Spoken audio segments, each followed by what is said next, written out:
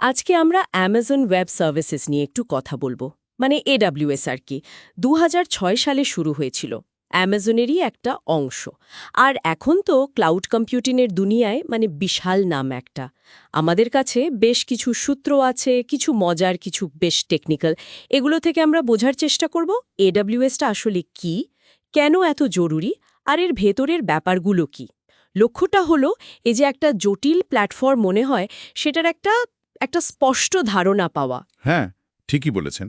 সবচেয়ে সহজ করে বললে এডব্লিউএস হচ্ছে কম্পিউটিং রিসোর্স ভাড়া করার একটা ব্যবস্থা। ভাবুন তো, আগেরকার দিনে কোম্পানিগুলোকে কি করতে হতো? নিজেদের সার্ভার কেনো, ডেটা সেন্টার বানাও, সেগুলো আবার সামলাও, অনেক ঝুঁকি ছিল। এডব্লিউএস এসে এই পরিকাঠামোর ম্যানেজমেন্টটা একটা সার্ভিস হিসাবে দিচ্ছে। একটা সূত্রে খুব সুন্দর উদাহরণ দেয়া হয়েছে। ধরুন একটা ছোট্ট ব্যবসা অনলাইনে বনসাই গাছ বিক্রি করে। পুরনো সিস্টেমে তাদের কি করতে হতো?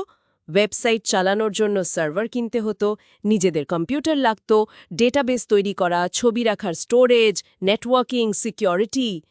বাপরে বাপ, এটা তো শুধু খরচের ব্যাপার না, বেশ জটিলও ছিল নিশ্চয়ই। ঠিক তাই। ওই পুরনো পদ্ধতির সবচেয়ে বড় দুটো সমস্যা ছিল, এক তো খরচ, আর দুই হচ্ছে স্কেলেবিলিটি। ধরুন ছুটি সময় বিক্রি বেড়ে গেল হঠাৎ করে, তখন চট করে সার্ভার বাড়ানোটা খুব কঠিন ছিল আর সময়ও লাগত। এডব্লিউএস এখানে বিরাট একটা পরিবর্তন এনেছে। ওদের তো বিশ্বজুড়ে বিশাল বিশাল ডেটা সেন্টার আছে। এখন কোম্পানিগুলো তাদের দরকার মতো এই কম্পিউটিং পাওয়ার, স্টোরেজ, ডেটাবেস এগুলো ভাড়া নিতে পারে। অনেকটা ধরুন বাড়ির ইলেকট্রিক বিল বা জলের বিলের মতো, যতটুকু ব্যবহার করবেন শুধু সেটুকুর পয়সা দেবেন, পে অ্যাজ ইউ গো আর কি। আচ্ছা, তাহলে এডব্লিউএস এর মূল ভিত্তিটা কি? কোন সার্ভিসগুলো সবচেয়ে জরুরি বা বেশি ব্যবহার হয়? দেখুন, কয়েকটা কোর সার্ভিস আছে, এগুলোই এর ভিত্তি। কম্পিউটিংয়ের জন্য আছে EC2, ইলাস্টিক কম্পিউট ক্লাউড। এটা দিয়ে ক্লাউডে ভার্চুয়াল কম্পিউটার বা সার্ভার ভাড়া নেওয়া যায়। আরেকটা খুব কাজের জিনিস হলো ল্যামডা। এটাতে সার্ভার ম্যানেজ করার কোনো চিন্তাই নেই, স্ট্রেফ কোডটা রান করালেন, সার্ভারলেস যাকে বলে। ওহ, সার্ভারলেস, ইন্টারেস্টিং। আর ডেটা রাখার জন্য? ডেটা স্টোর করার জন্য তো S3 আছে, সিম্পল স্টোরেজ সার্ভিস। এটা ভীষণ জনপ্রিয়। ফাইল, ছবি, ভিডিও সব রাখার জন্য দারুণ। আর যদি কম খরচে অনেক দিনের জন্য ডেটা রেখে দিতে চান আর্কাইভ করতে, তাহলে আছে গ্লেশিয়ার। ডেটাবেজের জন্য অনেক অপশন, যেমন ধরুন RDS, রিলেশনাল ডেটাবেস সার্ভিস, আবার ডাইনামো ডিবির মতো NoSQL ডেটাবেসও আছে। সাথে নেটওয়ার্কিংয়ের জন্য VPC মানে ভার্চুয়াল প্রাইভেট ক্লাউড, আর সিকিউরিটির জন্য আছে IAM, identity and access management.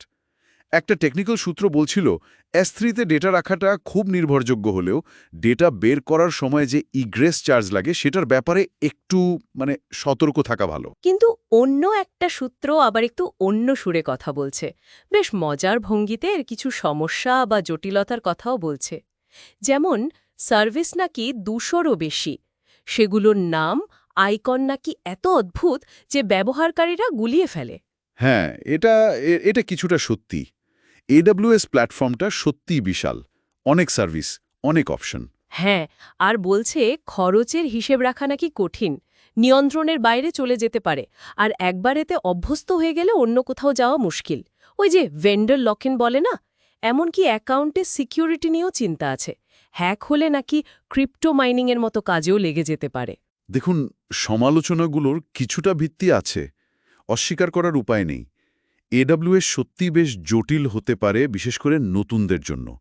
আর খরচ, হ্যাঁ, যদি ঠিকমতো মনিটর না করা হয়, নিয়মিত চোখে চোখে না রাখা হয়, তাহলে বিলটা অপ্রত্যাশিতভাবে বেড়ে যেতেই পারে।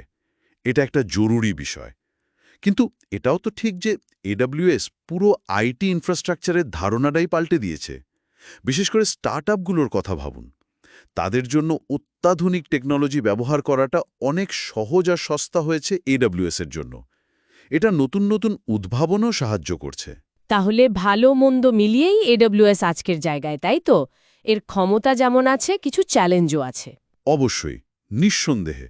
এর জটিলতা বা খরচের দিকটা নিয়ে প্রশ্ন থাকতে পারে, কিন্তু এর যে স্কেলেবিলিটি, প্রয়োজন অনুযায়ী বাড়ানো কমানোর ক্ষমতা, এর নির্ভরযোগ্যতা আর এত রকমের সার্ভিস, এগুলোই একে বাজারের শীর্ষে রেখেছে।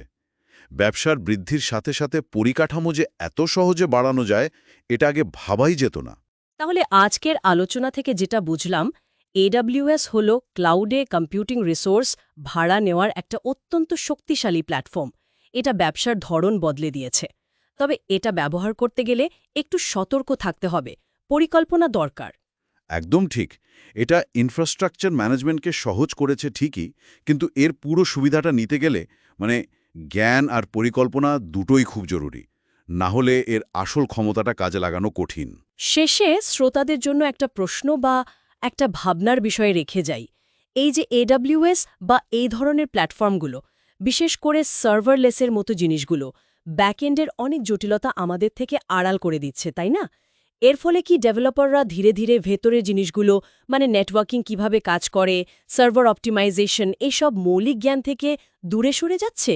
এই যে অ্যাবস্ট্রাকশন বা সরলীকরণ, এর লম্বা দরে কি প্রভাব পড়তে পারে?